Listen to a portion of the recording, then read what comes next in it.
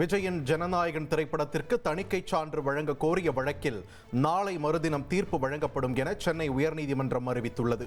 இதனால் திட்டமிட்டபடி நாளை மறுநாள் ஜனநாயகன் படம் வெளியாவதில் சிக்கல் எழுந்துள்ளது.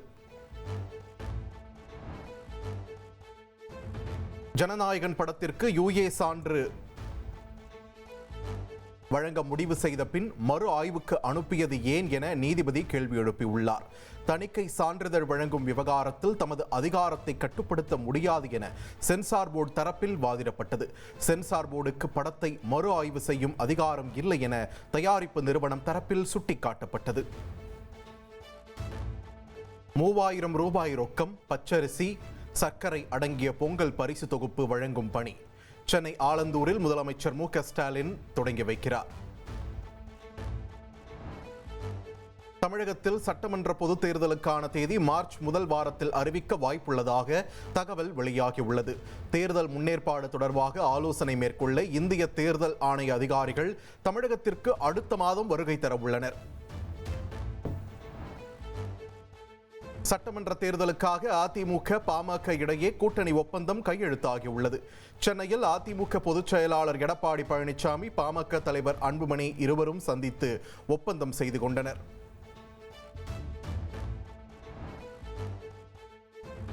அதிமுக கூட்டணியில் மீண்டும் இணைந்தது மகிழ்ச்சி அளிப்பதாக பாமக தலைவர் அன்புமணி தெரிவித்துள்ளார். திமுக ஆட்சியை வீழ்த்த வேண்டும் என்பதற்காகவே அதிமுக கூட்டணியில் இணைந்ததாகவும் அவர் விளக்கம் அளித்துள்ளார். அதிமுக தலைமையிலான என்டிஏ கூட்டணியில் பாமக முதல் கட்சியாக தொகுதி பங்கீட்டை உறுதி செய்துள்ளது. பாமகவுக்கு 17 சட்டமன்ற தொகுதிகள் மற்றும் 1 ராஜ்யசபா சீட் ஒதுக்கப்பட்டுள்ளதாக தகவல் வெளியாகியுள்ளது. பாமகவுடன் தேர்தல் கூட்டணி என்று அன்புமணியுடன் எந்த அரசியல் கட்சியும் பேச்சுவார்த்தை நடத்த இயலாது என ராமதாஸ் தெரிவித்துள்ளார். கட்சி விதிப்படி தனக்கு மட்டுமே கூட்டணி குறித்து பேச உரிமை உள்ளது என்றும் அவர் கூறியுள்ளார். அதிமுக பொதுச் செயலாளர் எடப்பாடி பழனிசாமி டெல்லிக்கு புறப்பட்டு சென்றுள்ளார். மத்திய உள்துறை அமைச்சர் அமித்ஷாவை நேரில் சந்தித்து என்டிஏ கூட்டணியில் மேலும் கட்சிகளை இணைப்பது மற்றும் தொகுதி பங்கீடு குறித்து விவாதிக்க உள்ளதாக தகவல் வெளியாகியுள்ளது. பிரதமர் மோடி வரும் 28ஆம் தேதி தமிழ்நாடு வரவுள்ளதாக தகவல் வெளியாகியுள்ளது. தேசிய ஜனநாயக கூட்டணியில் இடம்பெற்றுள்ள கட்சிகளை இறுதி செய்து கன்னியாகுமரியில் நடைபெறும் பொதுக்கூட்டத்தில் அறிவிக்க உள்ளதாகவும் கூறப்படுகிறது. காங்கிரஸ் மூத்த தலைவர் ராகுல் காந்தி வரும் 28ஆம் தேதி தமிழகம் வருகிறார். காங்கிரஸ் கிராம கமிட்டி மாநாட்டில் அவர் பங்கேற்க உள்ளதாக அறிவிக்கப்பட்டுள்ளது.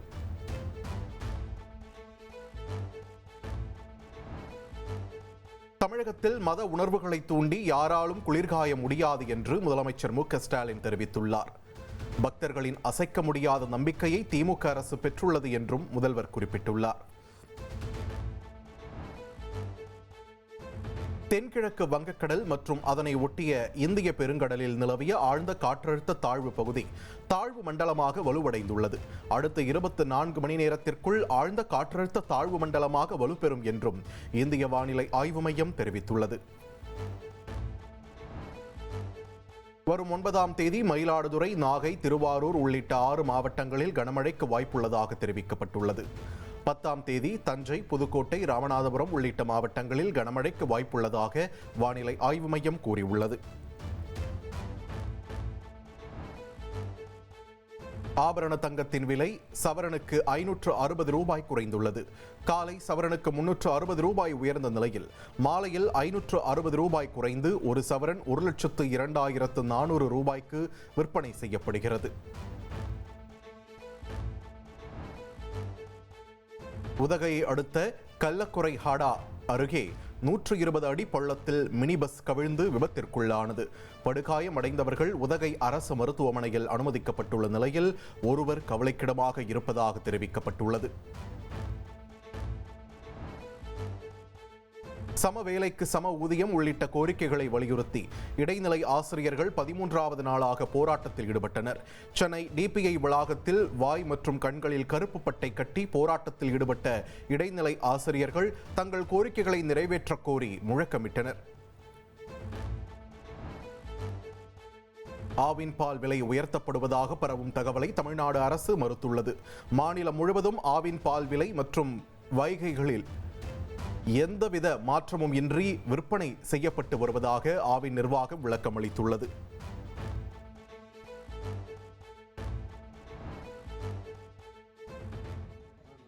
புதுச்சேரியில் குடும்ப தலைவிகளுக்கான உரிமை தொகை ஜனவரி 12ஆம் தேதி முதல் 2500 ரூபாய் வழங்கப்படும் என்று முதலமைச்சர் ரங்கசாமி அறிவித்துள்ளார்.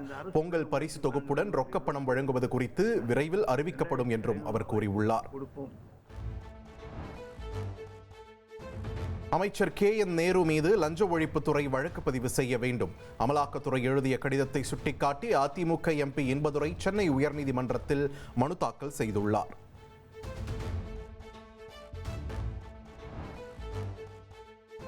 மடப்புரம் அஜித்குமார் மரண வழக்கில் DSPயை ஏன் கைது செய்யவில்லை என்று உயர்நீதிமன்ற மதுரை அமர்வு கேள்வி எழுப்பியுள்ளது. முன்ஜாமீன் கோரி DSP சண்முக சுந்தரம் தாக்கல் செய்த மனுவையும் நீதிமன்றம் தள்ளுபடி செய்துள்ளது. சேலத்தில் தனியார் சித்த கல்லூரி மாணவி மர்மமான முறையில் உயிரிழந்தது பரபரப்பை ஏற்படுத்தியுள்ளது. கொலையா அல்லது தற்கொலையா என காவல்துறையினர் விசாரணை மேற்கொண்டு வருகின்றனர். ஆர்டர்லி முறை குறித்து புகார் வந்தால் நடவடிக்கை எடுக்க ஆட்சியர் தலைமையில் குழுவை அமைத்து சென்னை உயர்நீதிமன்றம் உத்தரவிட்டுள்ளது. குழுவில் மாவட்ட வருவாய் அதிகாரி மற்றும் 2 காவல் அதிகாரிகள் இடம்பெற வேண்டும் என்றும் தெரிவிக்கப்பட்டுள்ளது.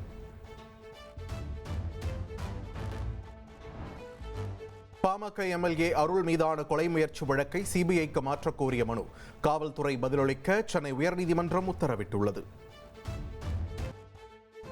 சிட்னியில் நடைபெற்று வரும் ஆஷஸ் டெஸ்ட் தொடரின் கடைசி போட்டியில் இங்கிலாந்து அணி 119 ரன்கள் முன்னிலை பெற்றுள்ளது. 4ஆம் நாள் ஆட்ட நேர முடிவில் அந்த அணி 2வது இன்னிங்ஸில் 8 விக்கெட்டுகள் இழப்பிற்கு 302 ரன்கள் சேர்த்துள்ளது.